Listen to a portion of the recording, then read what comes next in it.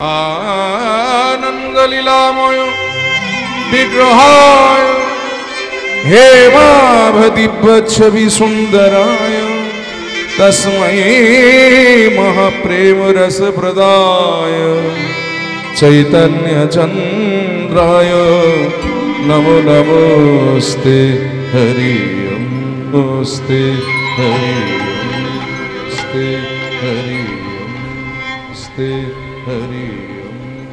जय निताय गौर हरि बोल। श्रद्धेय गौर अनुरागी कृष्ण अनुरागी भक्त मंडली आमार बाबारा एवं भक्तिमती मायेरा सकले श्रीचरणे सर्वप्रथमे रइल कीर्तन जगते सर्वकनिष्ठ ज्ञानहीन भक्तिहीन श्रद्धाहीन कृष्ण प्रेम माधुर्यहीन परमदीन श्री पलाश सरकार एवं आमार এই ক্ষুদ্র সম্প্রদায়ের কোটি কোটি দণ্ডবত প্রণাম। हरि बोल हरि बोल हरि बोल। तो कीर्तনের শুরুতেই আমরা দেখুন একটি সংস্কৃত শ্লোক আস্বাদন করলাম।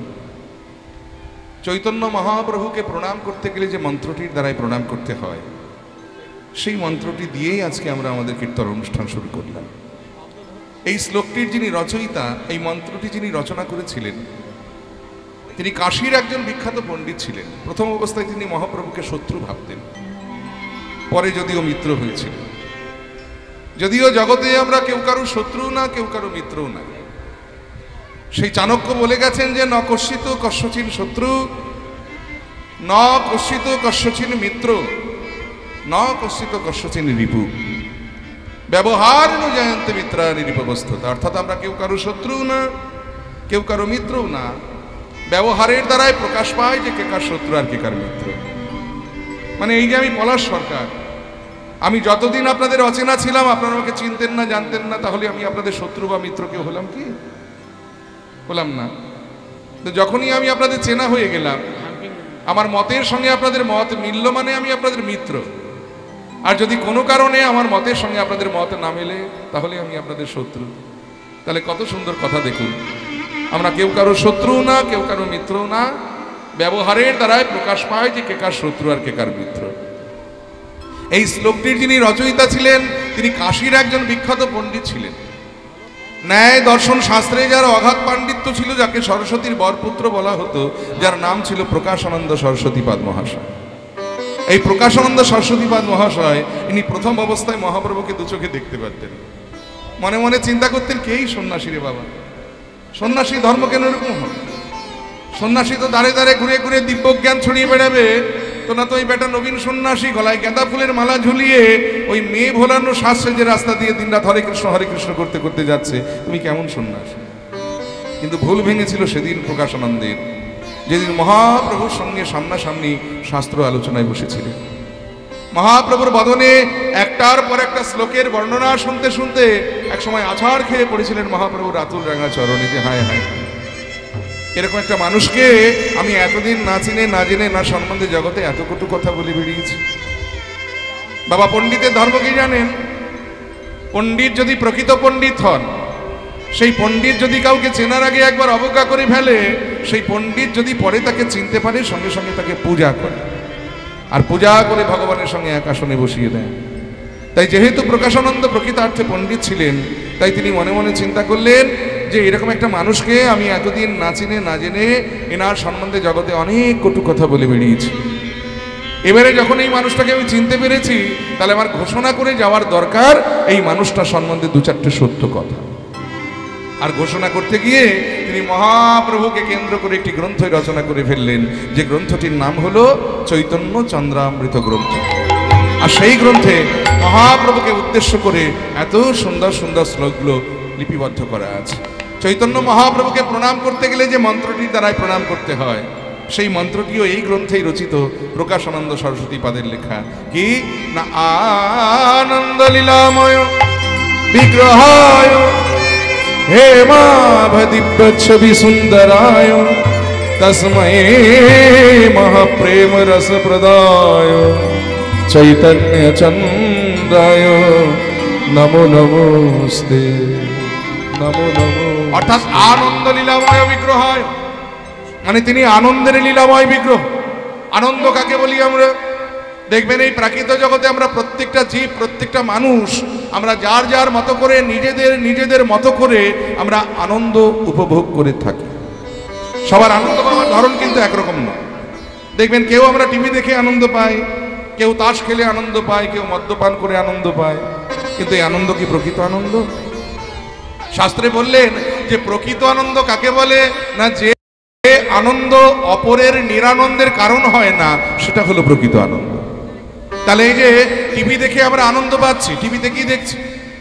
দিনরাত ওই বাংলা চ্যানেলগুলোতে বাংলা সিরিয়াল, আর সেখানে দিনরাত শুধু শাশুড়ি আর বৌমার ঝগড়াঝাটি। আর তাই দেখে বৌমা যদি শাশুড়ির ওপরে অ্যাপ্লাই করছে, তাহলে বৌমার কারণে শাশুড়ি দুঃখ পাচ্ছে। আবার শাশুড়ি যদি বৌমার উপরে অ্যাপ্লাই করছে, তাহলে শাশুড়ির কারণে বৌমা দুঃখ পাচ্ছে। তাহলে দেখুন, একজন আনন্দ পেতে গিয়ে আর একজনকে দুঃখ দিচ্ছে। এটা কিন্তু প্রকৃত আনন্দ নয়।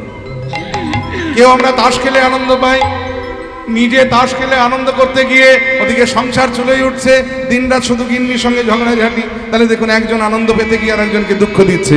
এটাও কিন্তু প্রকৃত আনন্দ নয়। আবার হয়তো কেউ মদ্যপান করে আনন্দ পায়, নিজে মদ খেয়ে আনন্দ করতে গিয়ে রাস্তা দিয়ে হেলতে হেলতে যেতে যেতে ভদ্রলোককে কড়া ভাষায় দু চারটে গালিগালাজ দিলে দেখুন আপনার আনন্দের কারণে আর একজন দুঃখ পাচ্ছে।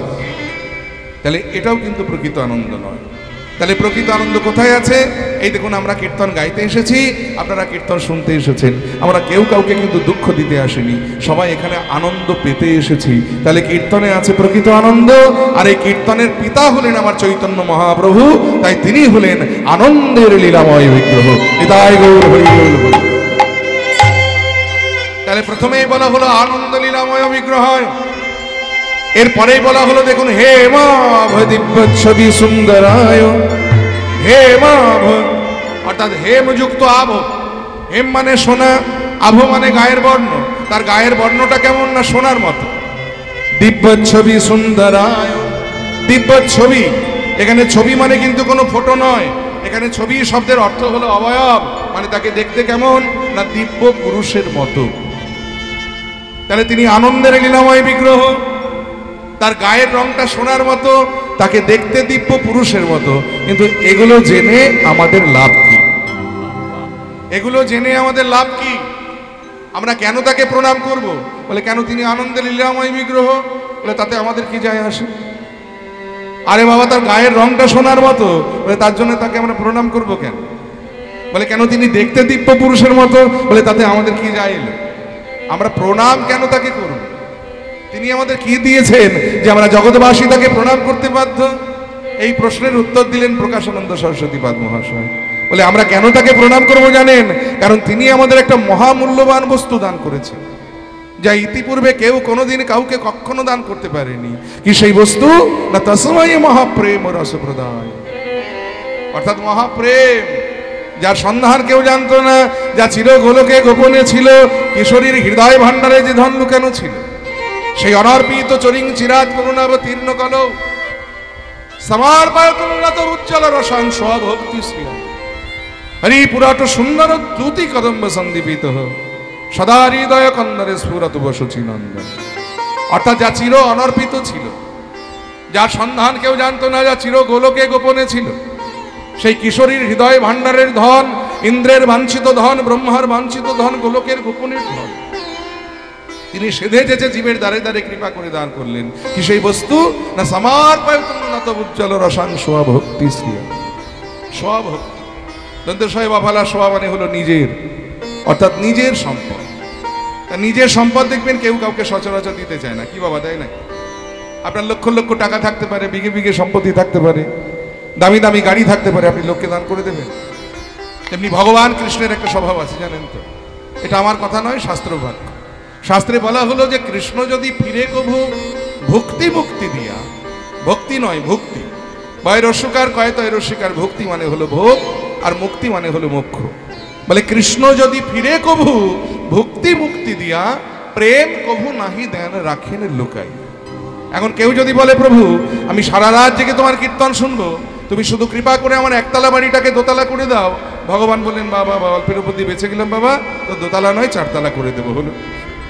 আবার কেউ যদি বলে প্রভু আমি সারা রাত জেগে তোমার কীর্তন শুনবো, তুমি শুধু কৃপা করে আমার মেয়েটাকে ভালো জায়গায় বিয়ে দিয়ে দাও। ভগবান বলেন বেশ, কোনো চিন্তা নেই, তোর মেয়ের খুব ভালো জায়গায় বিয়ে দিয়ে দেবো।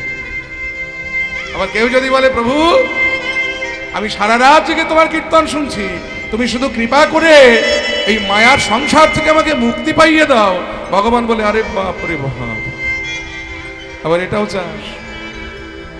আচ্ছা বেশ, এটাও না হয় দিলাম। কিন্তু কেউ যদি বলে প্রভু আমি সারাটা জীবন তোমার নাম করব, তুমি শুধু কৃপা করে তোমার ওই প্রেম বস্তুটা একবার আমাকে দাও, ভগবান সাথে সাথে বলে দিলেন যে ওটি হবে না বাছা, ওটা আমি তোমায় দিতেই পারবো না, কারণ ওটা আমার নিজের সম্পদ, আর ওটা আমি তুলে রেখে দিয়েছি আমার নিজের মানুষের জন্যে। আমার নিজের মানুষ কারা না? যারা হলেন বৃন্দাবনের ব্রজ গোপীগণ, যারা সর্বস্ব পরিত্যাগ করে আমার সুখকে নিজের সুখ করেছে। আমি কেবলমাত্র আমার নিজের সম্পদটুকু আমি তাদের জন্য তুলে রেখে দিয়েছি, ওটা আমি তোমায় দিতে পারবো। কিন্তু সেই ভগবান যখন গৌর হয়ে এলেন কলির জীবের মাঝে, যে এতদিন কেবলমাত্র কিশোরীর হৃদয় ভাণ্ডারে লুকানো ছিল সেই ইন্দ্রের বাঞ্ছিত ধন, ব্রহ্মার বাঞ্ছিত ধন, গোলকের গোপনের ধন, সেই ব্রজের উন্নত উজ্জ্বল রস তিনি সেধে দেছে জীবের দ্বারে দ্বারে কৃপা করে দান করলেন। তস্मै মহাপ্রেম রস প্রদায়। এতদিন ভারতীয় দর্শন শুধুমাত্র 4টি স্তম্ভের উপরে দাঁড়িয়েছিল, কি কি? ধর্ম, অর্থ, কাম আর মোক্ষ।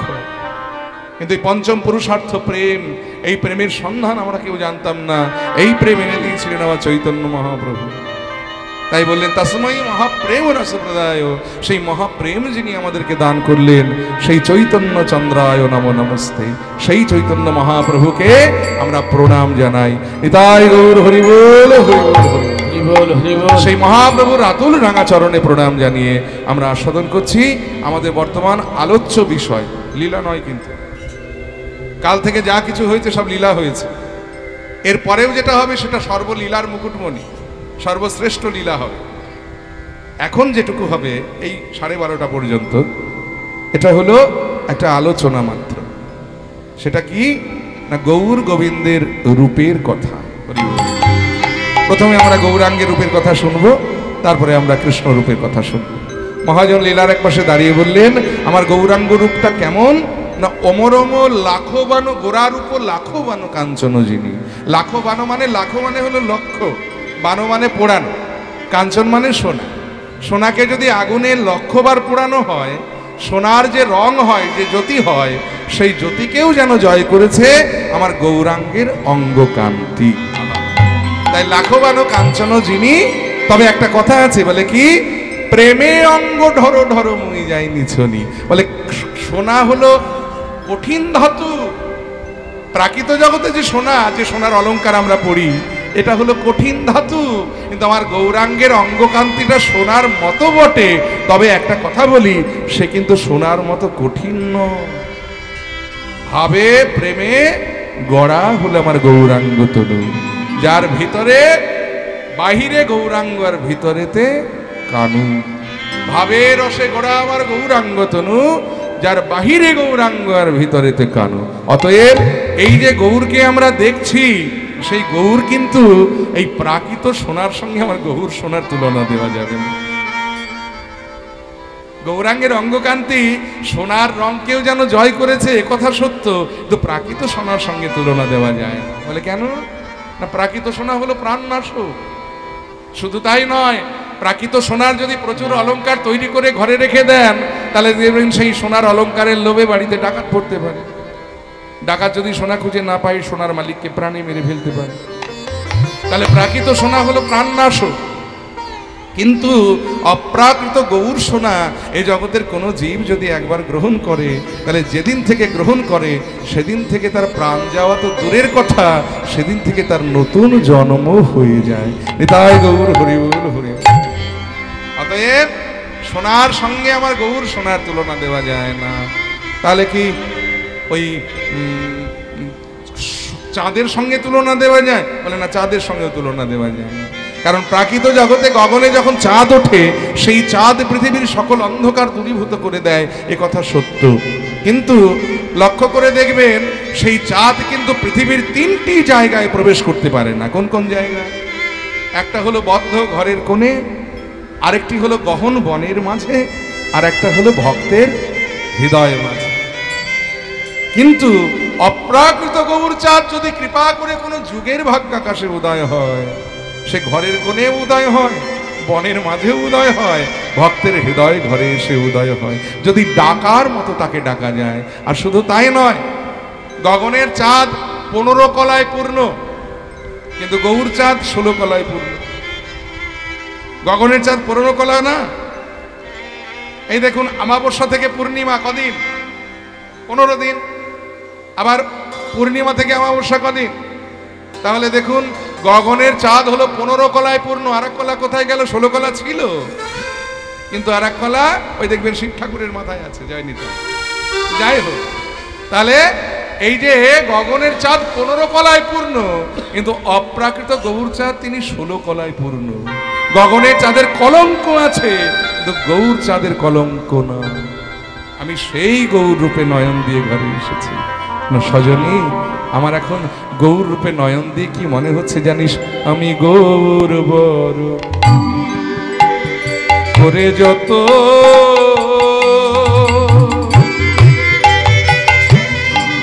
আমি রাখিব হিয়ার মাঝে, গৌর বরণ পূর্ব ভূষণ যেখানে যাসারে। আমি গৌর বরণ করে যত রাখিব হিয়ার মাঝে, গৌর বরণ পূর্ব ভূষণ যেখানে যাসারে। আমি গৌর বরণ করে যত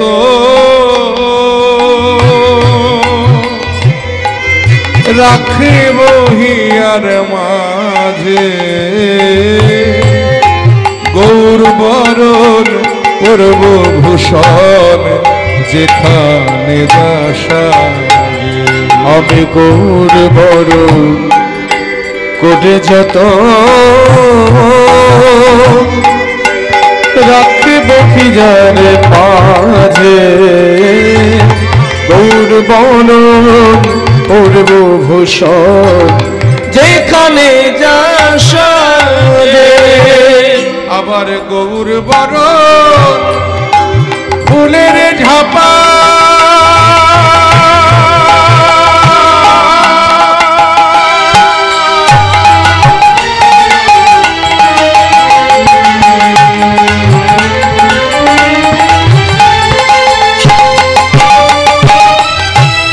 আমি লটন বাঁধব চুলে,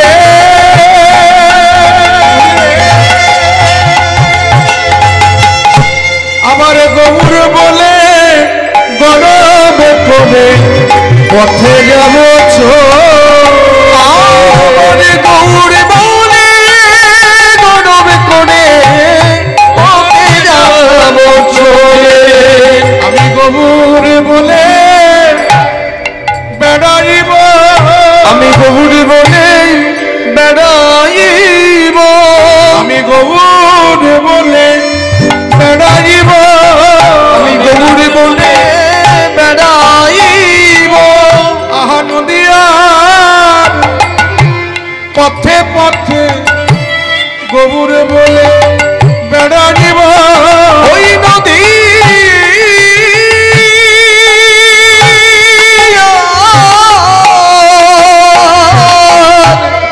পথে পথে আমি গৌর বলে বেড়াইব।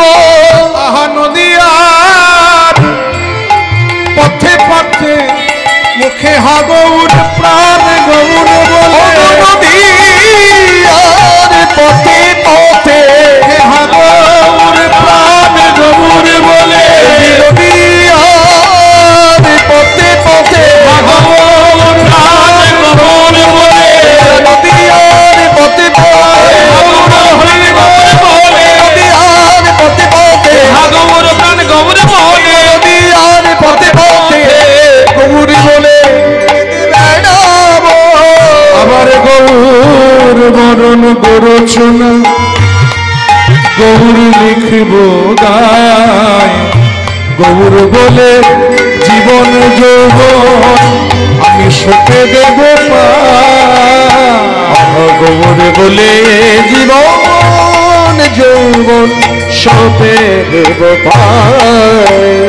আমার কুলের মূল পাড়িয়া ভাসাবো গঙ্গার জলে আবার লাজের মুখে আগুন দিয়া বেড়াবো গৌর বলে আমি লাজের মুখে আগুন দিয়া বেড়াবো গৌর বলে তোমরা বলছো কি সই গোরা রূপে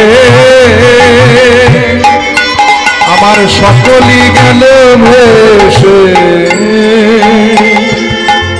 আলোচন বলে কুতূহলে দেখব বসে বসে আলোচন বলে কুতূহলে দেখব বসে বসে আমার কেবা গেল আর কেবা আছে কেবা গেল আর কেবা আছে গৌর ভালো বেসেছি বলে কেবা গেল আর কেবা আছে আমি গৌর ভালো বেসেছি বলে কেবা গেল আর কেবা আমি গৌর ভালো বেসেছি বলে কেবা গেল আর কেবা আছে আমি গৌর ভালো বেসেছি বলে দেখবো কারায় আমায় ভালোবাসে আমি গৌর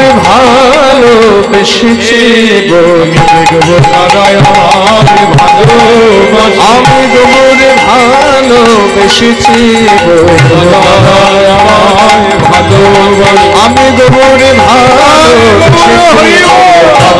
আমার ভালোবাসে ভালোবেসেছি বলে কারাই আমার ভালোবাসে গৌরে ভালোবেসেছি বলে কারাই আমার ভালোবাসে আমাকে মাগেল আজকে আছে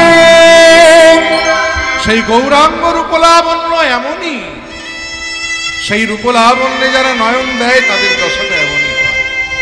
ওই রূপ যে দেখেছে সেই ভুলেছে, ওই রূপে যে একবার নয়ন দিয়েছে সেই প্রাকৃত জগতের সকল কিছু তার বিস্মরণ হয়ে গেছে। সে গৌর গৌর গৌর বলতে বলতে গোটা জীবনটা কাটিয়ে দিয়েছে। কারণ এ রূপ তো যে সে রূপ নয়, একটা দুটো চাঁদ নয়। আমার কি মনে হয় জানিস না করি, গৌর রূপের নয়ন দিয়ে আমার মনে হলো কি ছাড়ো শারদ, কি ছাড়ো শারদ কোটি শশী, শারদ কোটি শশী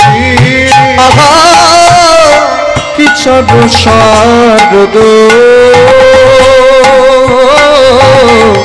কি ছাড়ো শারদ কোটি শশী, শারদ কোটি শশী আমি কিসে বাগনি রে, আমি কিসে বাগনি রে, কিসে বাগনি রে, আমি কিসে বাগনি রে, শরতের চাঁদ আমি কিসে বাগনি রে, শরতের চাঁদ আমি কিসে বাগনি রে, শরতের চাঁদ আমি কিসে বাগনি রে, শরতের চাঁদ আমি গোড়া চাঁদের চাঁদে আমি গোড়া চাঁদের আগে তেরে চাঁদে আমি গোড়া চাঁদের আগে শরতের চাঁদে আমি গোড়া চাঁদের আগে শরতের চাঁদে আমি গোড়া চাঁদের আগে কিসে বাগনি রে, করেছে আলো ভুবন করেছে আলো সজনী রে ভুবন,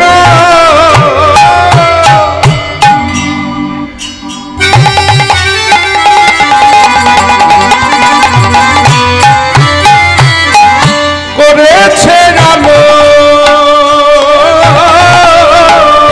কি ভুবন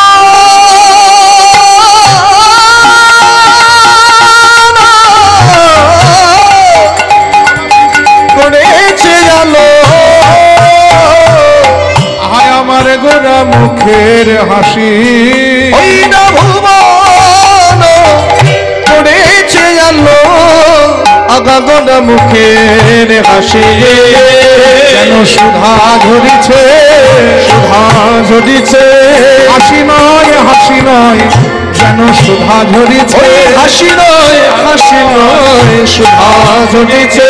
হাসি নয় হাসি নয় যেন সুধা ঝরিছে, হাসি নয় হাসি নয় গোরা মুখ ইন্দু হতে, হাসি নয় গোরা মুখ ইন্দু হতে, হাসি নয় গোরা মুখ ইন্দু হতে, হাসি নয় গোরা মুখ ইন্দু হতে যেন সুধা ঝরিছে। বলে একটা দুটো চাঁদ নয়, শরতের কোটি চাঁদ কেউ যেন হার মানিয়েছে আমার গৌরাঙ্গের উপলাভ। আহা, কারণ এই যে 6টা ঋতু না, 6টা ঋতুতে সবচাইতে সুন্দর চাঁদ ওঠে শরৎকালে। শরতে চাঁদকে আকাশে সবচাইতে সুন্দর দেখায়।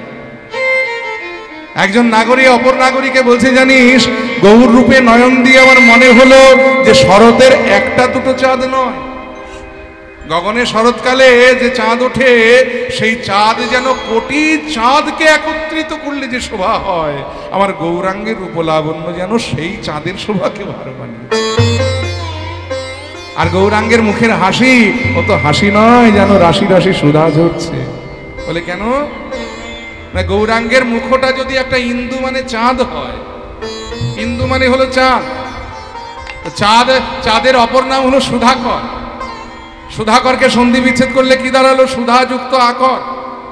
সুধা মানে হলো অমৃত, আকর মানে হলো বাসস্থান, অর্থাৎ অমৃত মানে সুধা যেখানে থাকে তাকে বলা হয় সুধাকর। তাহলে চাঁদের অপর নাম যদি সুধাকর হবে, তাহলে চাঁদের সুধা থাকে। তা গৌরাঙ্গের মুখটা যদি একটা চাঁদ হয়, তাহলে মুখের যে হাসিটা, এ হাসি তো নয় যেন রাশি রাশি সুধা ঝরে পড়ছে। তাই কি ছাড়ো শারদ কোটি শশী, ভুবন করেছে আলো আমার গোরামুখের হাসি। আহা, আর ওই হাসি যে দেখেছে সেই ভুলেছে। শুধু তাই নয়, আবার কি করেছে জানিস? ভাঙগঞ্জে মদন মদন ধানকি, আহা মদন ধানকি, ভাঙগঞ্জে মদন মদন ধানুকে, আগা মদন ধানুকে সজনী রে ভাঙগঞ্জে মদন মদন ধানকি, আহা মদন ধানকি, আহা ভাঙগঞ্জে মদন মদন ধানুকে, মদন ধানুকে রে। আমার গৌরাঙ্গের ললাট আকাশে যে ভ্রু দুটো আছে, এই জোড়া ভ্রু দেখে মনে হলো যেন ভ্রু নয়, যেন মদনের ধনু। আর তাতে কি হলো জানিস? বলে কি হলো? সেই মদন ধানুকি দিয়ে আহা কুলবতী গুণবতী ওই না গুণ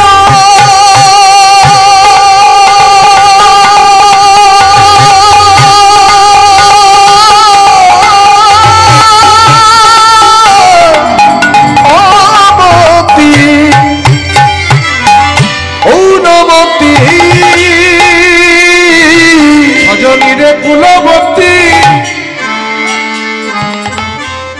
উনমতী সজনী কুলবতী উনমতী কইল দুটি আখি কুলবতী জি উনমতী কইল দুটি আখি রে আমায় পাগলিনী কইলে রে পাগলিনী কইলে রে পাগলিনী কইলে রে পাগলিনী কইলে রে, পাগলিনী কইলে রে আমায় পাগলিনী কইলে রে।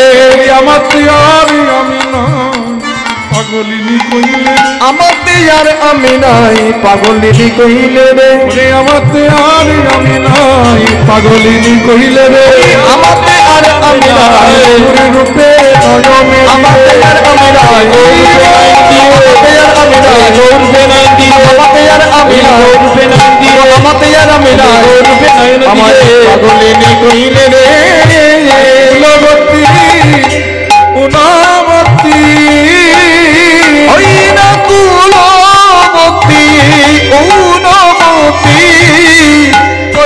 দুটি আখি সতনি গুণবতী কইল দুটি আখি। বাকি দেখলাম মদন বিজয়ী দোলে, বিজয়ী দোলে মালা। আহা মদন বিজয়ী দোলে, বিজয়ী দোলে মালা। আপনি দুলিছে, আপনি দুলিছে মালায় আপনি দুলিছে, মালা আপনি দুলিছে, মালার গুণে কি মালার গুণে আপনি দুলিছে, মালার গুণে কি মালার গুণে আপনি দুলিছে। না দোলাতে মালা আপনি দুলিছে, না দোলাতে মালা আপনি দুলিছে। তাই মদন বিজয়ী দোলে, বিজয়ী দোলে মালা।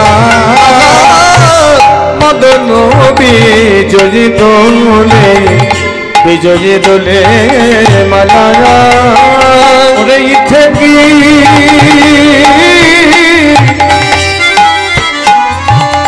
পরাণ দিয়ে ও গজিতে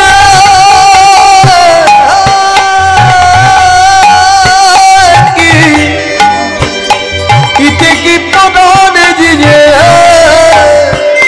এই দেখে কামিনী অবলা, কাকনিতে কি পদন জিয়ে কামিনী অবলা। কান বাঁচে না বাঁচে না, প্রাণ বাঁচে না বাঁচে না, কান বাঁচে না বাঁচে না, প্রাণ বাঁচে না বাঁচে না, গৌর রূপে নয়ন দিয়ে প্রাণ বাঁচে না বাঁচে ওই না, গৌর রূপে নয়ন দিয়ে প্রাণ বাঁচে না বাঁচে না। গৌর রূপে নয়ন দিয়ে। গৌরাঙ্গ রূপে যারা একবার নয়ন দেয় তাদের প্রাণ এই দেহে আর থাকে না, গৌর চরণে উৎসর্গকৃত হয়ে যায়। গৌর রূপে নয়ন দিলে তার দশাটা এমনই হয় বাবা। তার প্রমাণ আজও প্রসিদ্ধ নবদ্বীপে একটি ঘাট আছে, ঘাটটির নাম হলো দয়ার ঘাট, নাম শুনেছেন নিশ্চয়। এক ধোপা সেই ঘাটে প্রত্যেক দিন নিয়ম করে কাপড় কাচতেন। সেদিনও ধোপা ওই ঘাটে যখন কাপড় কাচতে গেছে আর সেই সময়ে পথে দিয়ে আমার গৌর হরি যাচ্ছিলেন, ধোপাকে কাপড় কাচতে দেখে থমকে দাঁড়ালেন ধোপার পেছনে। ধোপার দিকে বদন করে গৌর হরি দুটি বাহু উত্তোলন করে বলে, ধোপা হরিব হরিব। ধোপা কাপড় কাচ্ছে আর মনে মনে চিন্তা করছে নবদ্বীপে আজকাল ভিখারির বড্ড উৎপাত হয়েছে। ঘাটে এসেছি কাপড় কাচতে, এখানেও ভিখারি, হ্যাঁ ভিক্ষা চাইতে এসেছে, হরিবোল হরিবোল করছে। তাই কোনো দিকে না তাকিয়ে ধোপা এক মনে কাপড় কেচে যাচ্ছে। কিছুক্ষণ পরে গৌর হরি আবার বললেন, ধোপা হরিবোল হরিবোল। হরি বল হরি বল। ধোপা এবারও কোনো কথা না বলে আকমনে কাপড় কেচে যাচ্ছে। গৌর ভগবান মনে মনে বলছে, ধোপা রে, যে নিষ্ঠা তোর কর্মে, এই নিষ্ঠা যদি তোর হরি নামে হতো রে ধোপা, হরিব হরিব।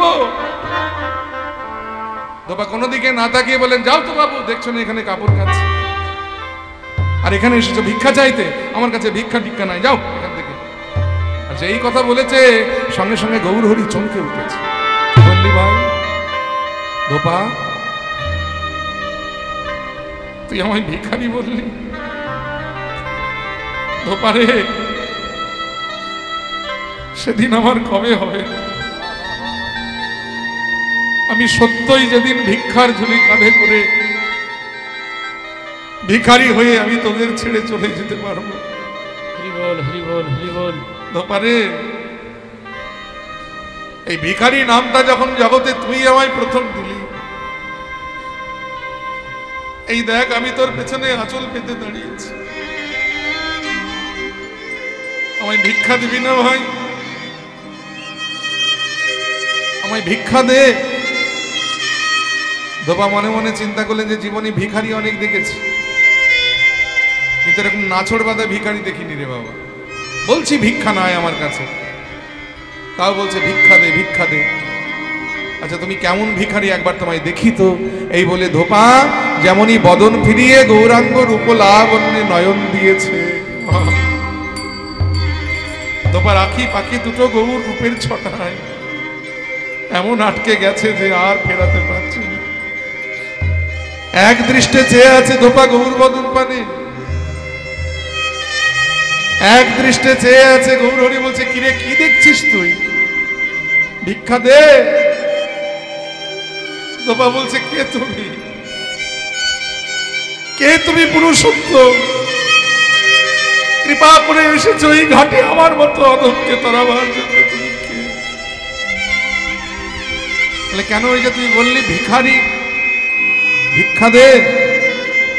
কি দেব ঠাকুর আমি তোমায় ভিক্ষা? কি আছে আমার, আর কি দেব তোমায় বলো?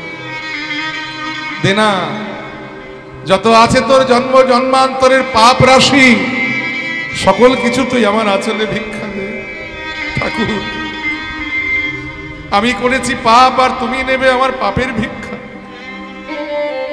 ও আমি তোমায় পাপ ভিক্ষা দিতে পারবো না ঠাকুর। তবে আমার পাপ ছাড়া আমার বলতে আর যা কিছু আছে, আজ হতে তোমার চরণে সকলই দিলাম ঠাকুর গে।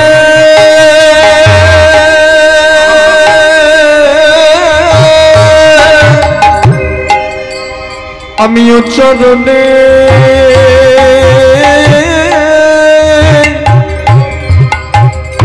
সকলই দিলাম।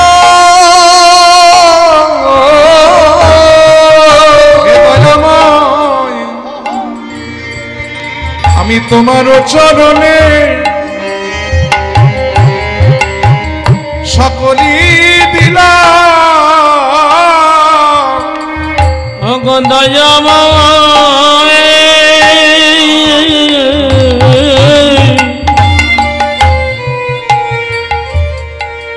তোমার চরণে আমার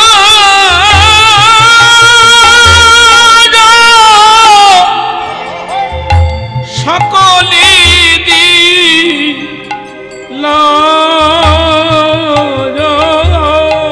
তুমি অনুগত করে আমায় গ্রহণ করো।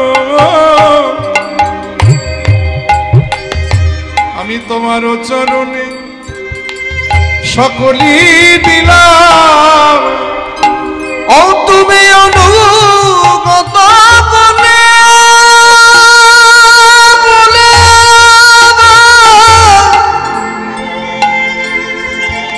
দয়াময় তুমি গ্রহণ করো।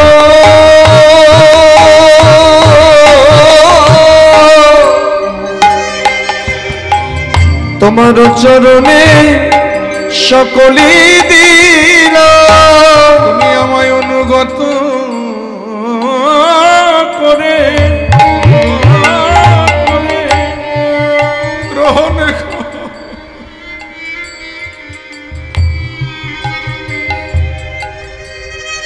তোমার চরণে সকলই দিলাম। অনুগত বলে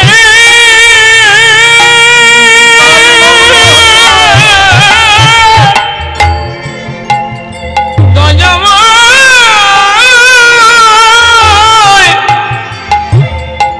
তুমি গ্রহণ করো।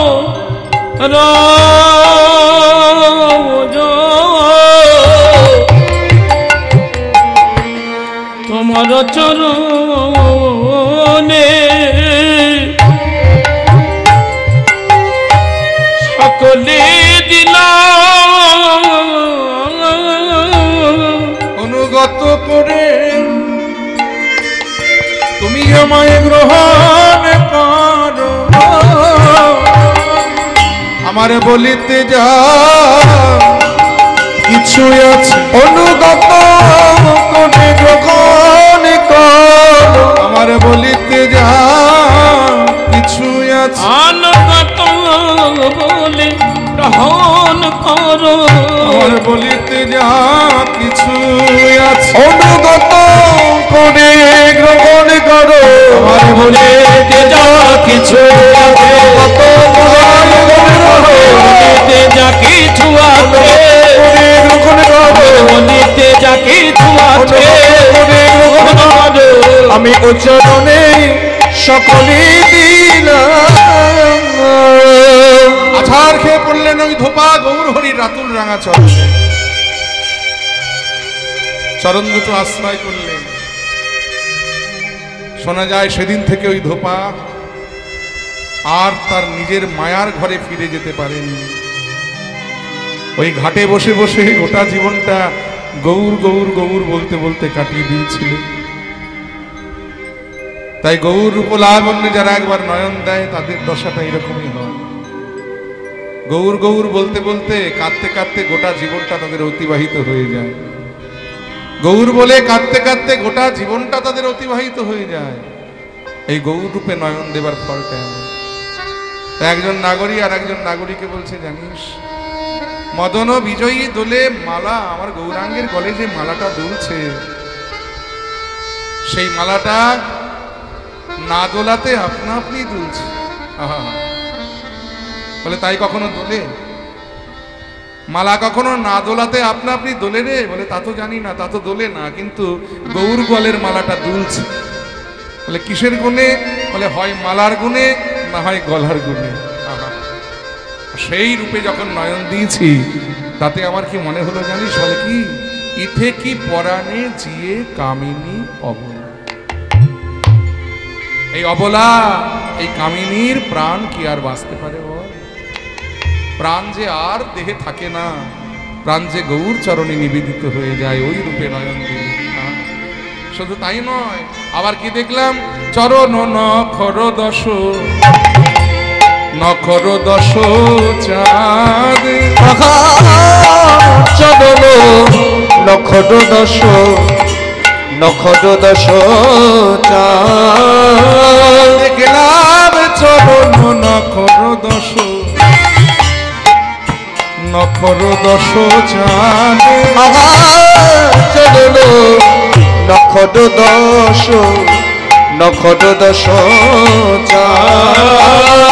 আমরা তো জানি চাঁদ থাকে গগনে, চাঁদ থাকে আকাশে, কিন্তু নবদ্বীপের আজকে কি শোভা! বলে কি, স্মরণে নিয়েছে, স্মরণে নিয়েছে চাঁদ স্মরণে নিয়েছে, চাঁদ শরণ নিয়েছে, আমার গৌরাঙ্গের নখ চন্দ্রে স্মরণে নিয়েছে, আমার গৌরাঙ্গের নখ চন্দ্রে স্মরণে নিয়েছে, গৌরাঙ্গের নখ চন্দ্রে স্মরণে নিয়েছে, ওই গৌরাঙ্গের নখ চন্দ্রে স্মরণে নিয়েছে। গৌরী কৃপা করো মনে। আসলে কি হয়েছে, এই যে নদীয়ার নাগরীরা কথোপকথন করছে আমার গৌরাঙ্গকে নিয়ে, গৌরাঙ্গের রূপের আলোচনা করছে, গগনের চাঁদ মনে মনে ভাবছে যে এতদিন জানতাম যে জগতে আমি একমাত্র সুন্দর, কিন্তু আমার থেকে সুন্দর নাকি আর এক চাঁদ নবদ্বীপের আকাশে উদয় হয়েছে। সেই চাঁদ দেখতে কেমন আমি একবার দেখে আসি, এই বলে গগনের চাঁদ নেমে এসেছে নবদ্বীপের মাটিতে, আর এসে গৌর রূপলাবণ্যে যেই নয়নে দিয়েছে, সঙ্গে সঙ্গে গগনের চাঁদের অহংকার চূর্ণ হয়ে গেছে। মনে মনে ভাবছে এমনও রূপের মানুষ পৃথিবীতে আছে। তো গগনের চাঁদ গৌর চরণে স্মরণে নিয়ে বলছে, হে গৌর চাঁদ, এতদিনই আমার অহংকার ছিল আমি বড় সুন্দর, কিন্তু আজ তোমার রূপের কাছে আমার অহংকার চূর্ণ হয়ে গেছে, তাই আমি স্মরণে নিলাম হে, স্মরণে নিলাম হে, স্মরণে নিলাম হে, শরণ নিলাম হে, তুমি আশ্রয় দাও হে, তুমি আশ্রয় দাও হে, তোমার রাঙা চরণে আমায়।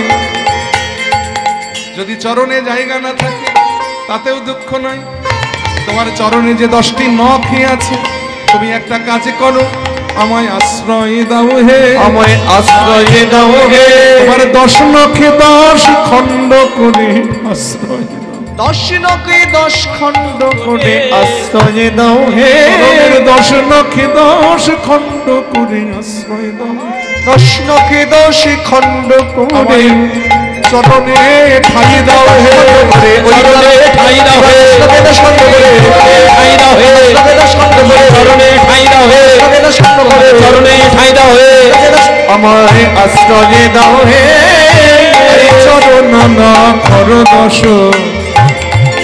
নখর দশ চাঁদ, চরণ নখর দশ, নখর দশ চার পামরি গো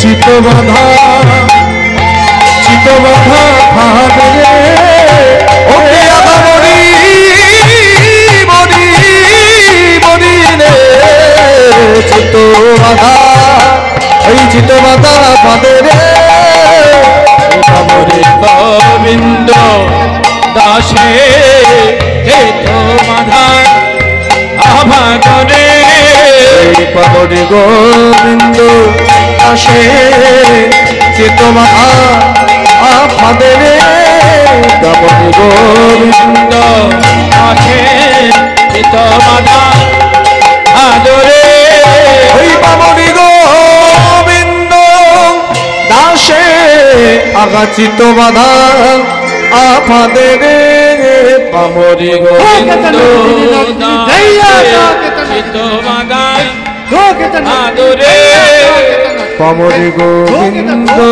দাসে চিত বাধা আদরে, পাবরে গোবিন্দ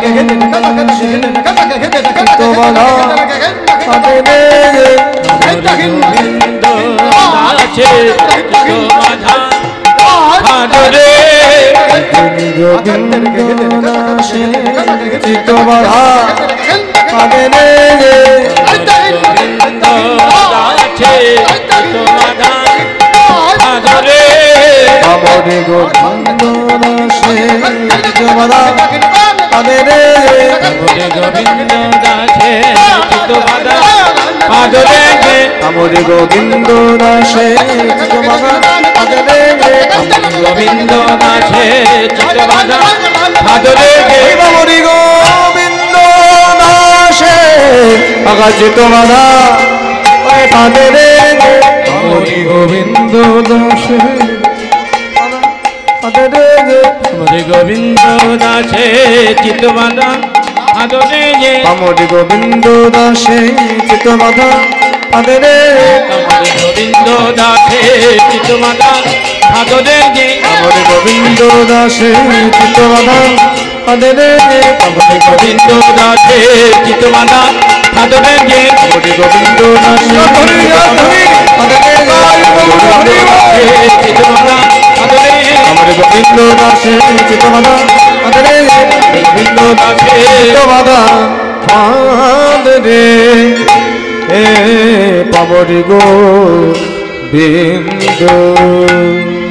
জানি তাই গৌর হরিবোল হরে কৃষ্ণ। এতক্ষণ আমরা নবদ্বীপে ছিলাম, আমার গৌর রূপের কথা আস্বাদন করলাম। এবারে যাব মধুমহেশী ধাম বৃন্দাবন, আর বৃন্দাবনে গিয়ে আমরা আস্বাদন করব কৃষ্ণ রূপের কথা। সেই সঙ্গে আবার আর একটা বিষয় একটু জুড়ে দেওয়া হয়েছে, সেটা হলো রাধারানীর আক্ষেপ অনুরাগের কথা।